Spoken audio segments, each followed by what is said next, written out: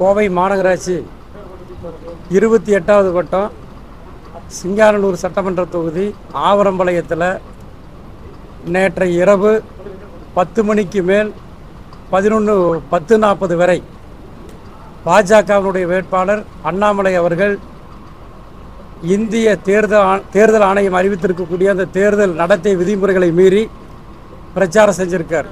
தெரு தெருவாக வந்து 10 மணிக்கு மேலே ஓட்டு கேட்டிருக்காரு. இதை பார்த்த திராவிட முன்னேற்ற கழகத்தினுடைய எங்களது இந்தியா கூட்டணியினுடைய நிர்வாகிகள் தேர்தல் பணிமனையிலிருந்து அவங்க வீட்டுக்கு சென்றப்ப அதை பார்த்துருக்குறாங்க. பார்த்துட்டு போய் தேர்தல் பிரச்சாரம் பண்ணிட்டு வந்த அண்ணாமலையினுடைய வாகனத்துக்கு முன்புறமாக காவல்துறை வாகனம் சென்று கொண்டிருந்திருக்கிறது. காவல்துறையை சார்ந்த அதிகாரிகள்கிட்ட போய் எங்கள் கூட்டணியை சார்ந்தவர்கள் சரியாக 10:40 ஆவரம்பாளையம் பேருந்து நிலையத்திற்கு அருகில் அங்கே போய் சொல்லியிருக்காங்க, ஏங்க வந்து 10 மணிக்குள்ளே தேர்தல் பிரச்சாரத்தை முடிக்கணும். ஒரு முக்கியமான கட்சியினுடைய வேட்பாளர் 10 மணிக்கு மேலே 10:40 ஆச்சு, இதுவரைக்கும் பிரச்சாரம் பண்ணிகிட்டு இருக்காரு, நீங்கள் தடுத்து நிறுத்தணும், உடனடியாக நடவடிக்கை எடுக்கணும்னு சொல்லி முறையிட்டிருக்கிறாங்க. இப்படி பேசிகிட்டு இருக்கவே அண்ணாமலை கூட அவங்க பாஜக வேட்பாளரோட வந்தவங்க அடியாட்கள், அதாவது ஆவரம்பாளையத்தை சேர்ந்தவங்களும் கிடையாது, கோவை சேர்ந்தவர்களும் கிடையாது, வெளியூரிலிருந்து இறக்குமதி செய்யப்பட்ட ரவுடிகள் காவல்துறையோடு பேசி கொண்டிருந்த பொழுது பின்னால் இருந்து வந்து எங்களது கூட்டணி கட்சியை சார்ந்தவர்கள் பின்னால் வந்து தாக்கியிருக்கிறாங்க. இது வந்து ஒரு கோடைத்தனமானது. ஒரு 4 பேர் 5 பேர் வந்து நியாயம் கேட்குறாங்க. 10:40 மணி வரைக்கும் வந்து ஒரு வேட்பாளர் பேசிகிட்டு இருக்காருன்னா அதை வந்து கேட்க போனவங்களை வந்து தாக்கியிருக்கிறாங்க. இது வன்மையாக கண்டிக்கத்தக்கது. இதுக்கு வந்து வீடியோ ஆதாரமே இருக்கிறது. கடந்த அவர் பேசிகிட்டு இருக்கிறத வந்து வீடியோ ஆதாரமே இருக்கிறது. நான் அதை உங்களுக்கு காமிக்கிறேங்க. 10:40 அவருடைய வாகனத்தில் பிரச்சார வாகனத்தில் அவர் போயிட்டுருக்கார். பிரச்சார வாகனத்தில் போயிட்டு இருக்கிறப்ப ஒளிபெருக்கியில் பேசிட்டு போயிட்டுருக்கிறாங்க. 10:40 வரைக்கும் வந்து பேசுறது இது நியாயமா? பாஜக வேட்பாளர் எப்படிப்பட்டவர் என்பதற்கு இது ஒன்றே வந்து சாட்சியாக இருக்கிறது. அவர் வந்து வேட்பாளராக போட்டியிடுவதற்கு முன்பு இந்திய அரசியல் அமைப்பு சட்டப்படி இந்திய தேர்தல் ஆணையம் என்ன சொல்லியிருக்கிறது, ஒவ்வொரு வேட்பாளரும் வந்து வேட்பாளராக வேட்புமனு தாக்கல் செய்கிறப்ப வந்து நம்ம வந்து உறுதிமொழி இருக்கிறோம். உறுதிமொழி இருக்கிறப்ப வந்து சட்ட விதிகளுக்கு உட்பட்டு நாங்கள் தேர்தல் பிரச்சாரம் பண்ணுறோம் அப்படின்னு சொல்லி தான் இருக்கிறோம். அதே நேரத்தில் சட்ட விதிகளை தாண்டி 10:40 வரைக்கும் வந்து பிரச்சாரம் பண்ணியிருக்கார். இது வந்து நேற்றைக்கு. அதே மாதிரி இந்த வாரத்தில் பல இடங்களிலே பாஜக வேட்பாளர் அண்ணாமலை பல இடங்களில் இதே போன்று அத்துமீறி சட்ட விதிகளை மீறி அவர் தேர்தல் பிரச்சாரத்தில் ஈடுபட்டிருக்கிறார்.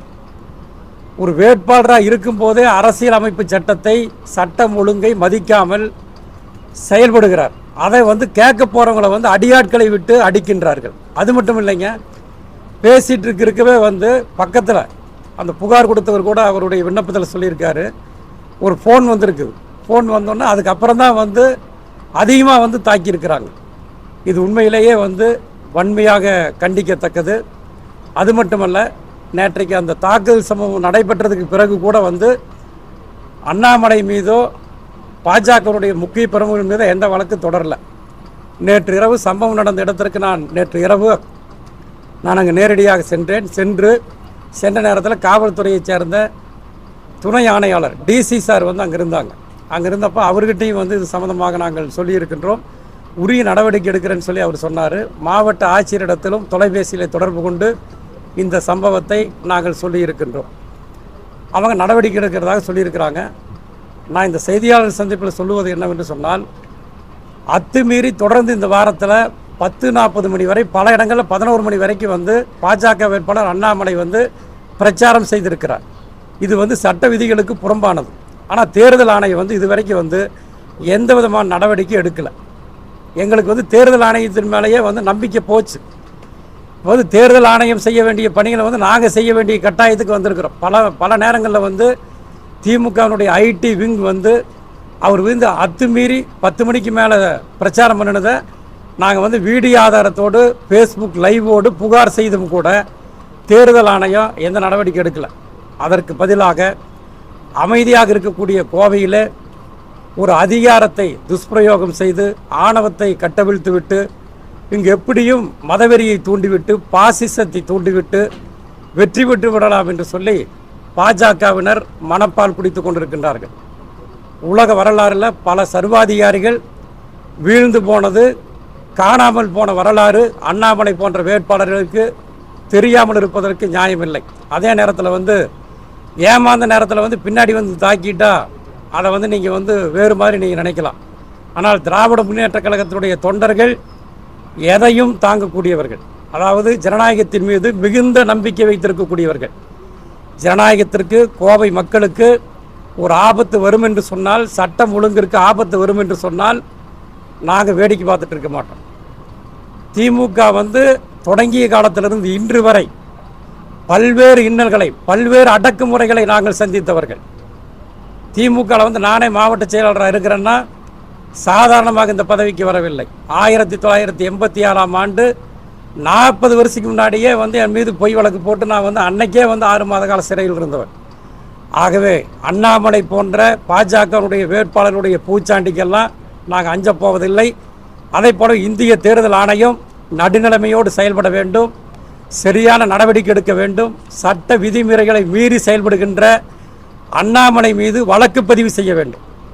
இந்த தாக்குதலில் ஈடுபட்ட அந்த பாஜகவை சேர்ந்த வெளியாட்கள், ரவுடிகள் மீது காவல்துறை வழக்கு பதிவு செய்து அவர்களை சிறையில் அடைக்க வேண்டும். தேர்தல் ஆணையம் இதற்கு உரிய நடவடிக்கை எடுக்க வேண்டும். அப்படி இல்லைன்னா நாங்கள் பார்த்துட்டு இருக்க மாட்டோம். இதை தேர்தல் ஆணையம் புரிந்து செயல்பட வேண்டும், எச்சரிக்கையுடன் செயல்பட வேண்டும் என்று கேட்டுக்கொள்கின்றேன். எழுத்துப்பூர்வமாக நேற்று இரவு கடிதம் காவல்துறையில் நாங்கள் புகார் கொடுத்துருக்குறோங்க. ஆனால் இன்றைக்கு எஃப்ஐஆரில் பார்த்தீங்கன்னா இது வரைக்கும் பாஜகனுடைய வேட்பாளர் மீதோ சம்பந்தப்பட்டவர்கள் மீதோ தேர்தல் ஆணையம் வழக்கு பதிவு செய்யலாம். ஏதோ ஒப்புக்கு 4 பேர் மேலே வழக்கு பதிவு செய்ததாக தகவல் சொல்லப்பட்டிருக்கிறேன். உண்மையிலேயே ஒருதலை பட்சமாக தேர்தல் ஆணையம் செயல்படுகிறது என்பதை நான் பதிவு செய்கின்றேன். இனி சட்ட ரீதியாக நாங்கள் நடவடிக்கை எடுப்போம்.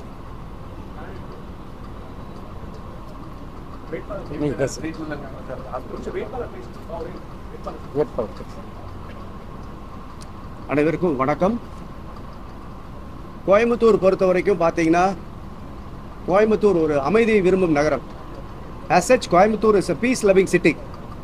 இங்கே சத்தமாக பேசினாலே பிடிக்காது, இங்கே ரவுடியிசம் எடுபடாது. இந்த மாதிரி சூழலில் பார்த்தீங்கன்னா பாரதிய ஜனதா கட்சி இப்பொழுது மெல்லமாக சுயரூபத்தை காமிக்க ஆரம்பித்திருக்கிறார்கள். I think they have started to taste defeat. தோல்வி பயம் அவர்களின் முகத்தில் தெரிகிறது. அதனால்தான் அவங்க பார்த்தீங்கன்னா வெளி மாநிலங்களில் இருந்து ஆட்களை கொண்டு இங்கே பிரச்சாரம் செய்கிறேன் என்ற அந்த பேரில் அவர்கள் இங்கே ஊடுருவ வைத்திருக்கிறார்கள். அது எந்த நேரத்திலையும் கலவரத்தை உண்டாக்கலாமோ என்ற ஐயம் எங்களுக்கு இருக்கிறது. அது மட்டுமல்ல, கல்லூரி மாணவர்களை பயன்படுத்துகிறார்கள். அதற்கான போட்டோ ஆதாரம் இருக்கிறது. அவர்களை பயன்படுத்தி நோட்டீஸ் கொடுப்பது, நிறைய இடத்துல பார்த்தீங்கன்னா தேவையில்லாமல் பேசுவது, அந்த சிறு வயது சிறுவர்களை வைத்து சட்டத்திற்கு, தேர்தல் சட்டத்திற்கு புறம்பாக பள்ளியிலும் பள்ளி மாணவர்களும் கல்லூரி அந்த மாதிரி இடங்களில் பிரச்சாரம் செய்யக்கூடாது என்று இருக்கும் இடத்தில் கூட இவங்க அவங்கள வைத்தே பிரச்சாரம் செய்கிறார்கள் என்பது எவ்வளவு ஒரு சட்டத்திற்கு முரணானது, விதிகளுக்கு புறம்பானது அப்படின்னு நீங்கள் புரிஞ்சுக்கணும். இது குறித்து எங்களுக்கு பல புகார்கள் வந்திருக்கிறது. பொதுமக்களே சொல்கிறாங்க, இதனை சின்ன சின்ன பசங்கள்லாம் வர்றாங்க, ஸ்கூல் காலேஜில் படிக்கிற மாதிரி இருக்கே அப்படின்னு. இதை தேர்தல் ஆணையம் கவனிக்கணும். தேர்தல் ஆணையம் பார்க்குதா அப்படின்னு ஒரு சந்தேகம் இப்போ எங்களுக்கு மெல்லமாக வர ஆரம்பிச்சிருக்கு. காவல்துறையும் இந்த நடவடிக்கை எடுக்க வேண்டும். ஏனென்று கேட்டால், ஆதாரபூர்வமாக புகார் கொடுத்தும் ஒரு 2-3 நாட்களுக்கு முன்பு 11 மணிக்கு அண்ணாமலை ஒரு இடத்துல பிரச்சாரம் பேசியிருக்கிறார் என்று சொல்லப்படுகிறது. அந்த வேட்பாளர் பேசும்போது இங்கே வழக்கறிஞர்கள் அந்த புகாரை கொடுத்த போது அந்த புகார் அங்கே ஏற்றுக்கொள்ளப்படவில்லை. அவங்க பெயரிடப்படாமல் ஒரு புகாரை பதிவு செய்திருக்கிறார்கள். இப்படியே போகுமானால் எங்களுக்கு என்ன ஐயம் வருகிறது என்றால், வேற ஏதாவது திட்டம் வைத்திருக்கிறார்களா, தோல்வி பயத்தில் வேறு இடையூறு செய்ய திட்டமிட்டிருக்கிறார்கள் என்பதுதான் தெளிவான செய்தி. அதற்கு முதல் உதாரணம் தான் நேற்று நடந்த சம்பவம். கோவை மக்களை பொறுத்த வரைக்கும் அமைதி காத்து அமைதியை விரும்பும் மக்களுக்கு இந்த தேர்தல் எப்படி கொண்டு போக போகிறார்கள் என்ற ஐயப்பாடு வந்துவிட்டது. அதனால் தேர்தல் ஆணையம், காவல்துறை இரண்டுமே இது குறித்து கடுமையான நடவடிக்கை எடுத்து நடுநிலையோடு இந்த தேர்தல் நடத்தப்பட வேண்டும் என்று நாங்கள் இந்த இடத்துல கேட்டுக்கொள்கிறோம். பாஜக பிரமுகர் வீட்டில் பணம் கொடுத்துருக்காங்க, பணம் பறிக்க வச்சுக்கிறதாகவும் தகவல் சொல்லப்படுது.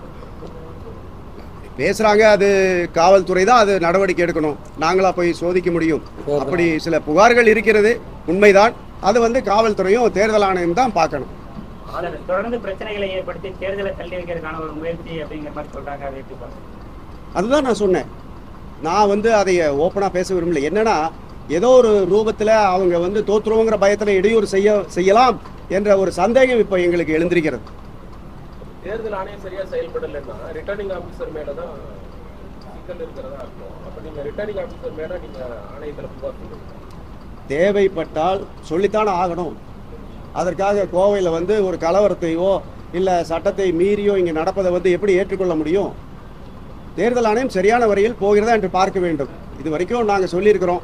இனிமேல் தான் இது வந்து என்ன நடவடிக்கை எடுக்க வேண்டும். இங்கே சட்ட வழக்கறிஞர் அணி இருக்கிறது, தலைமையில் பேசிட்டு நாங்கள் அதுக்கு என்ன தேவையோ சட்டப்படி என்ன பண்ணணுமோ பண்ண போகிறோம். அவ்வளோதான். வழக்கமாக ஆளுங்கட்சி தரக்கூடிய ஆட்சியம் இருக்கும். ஆனால் இந்த பகுதியில் எதிர்த்தரக்கூடிய ஆட்சியமாகவும் ஆளுங்கட்சி தரப்பில் பாதிக்கப்பட்டிருக்காங்க. இந்த வன்முறை சம்பந்தத்துக்கு நீங்கள் இதுலேருந்து புரிஞ்சுக்குங்க, நாங்கள் இங்கே ஆளுங்கட்சியாக இருந்தாலும் சட்டத்திற்கு உட்பட்டு நடக்கிறோம்.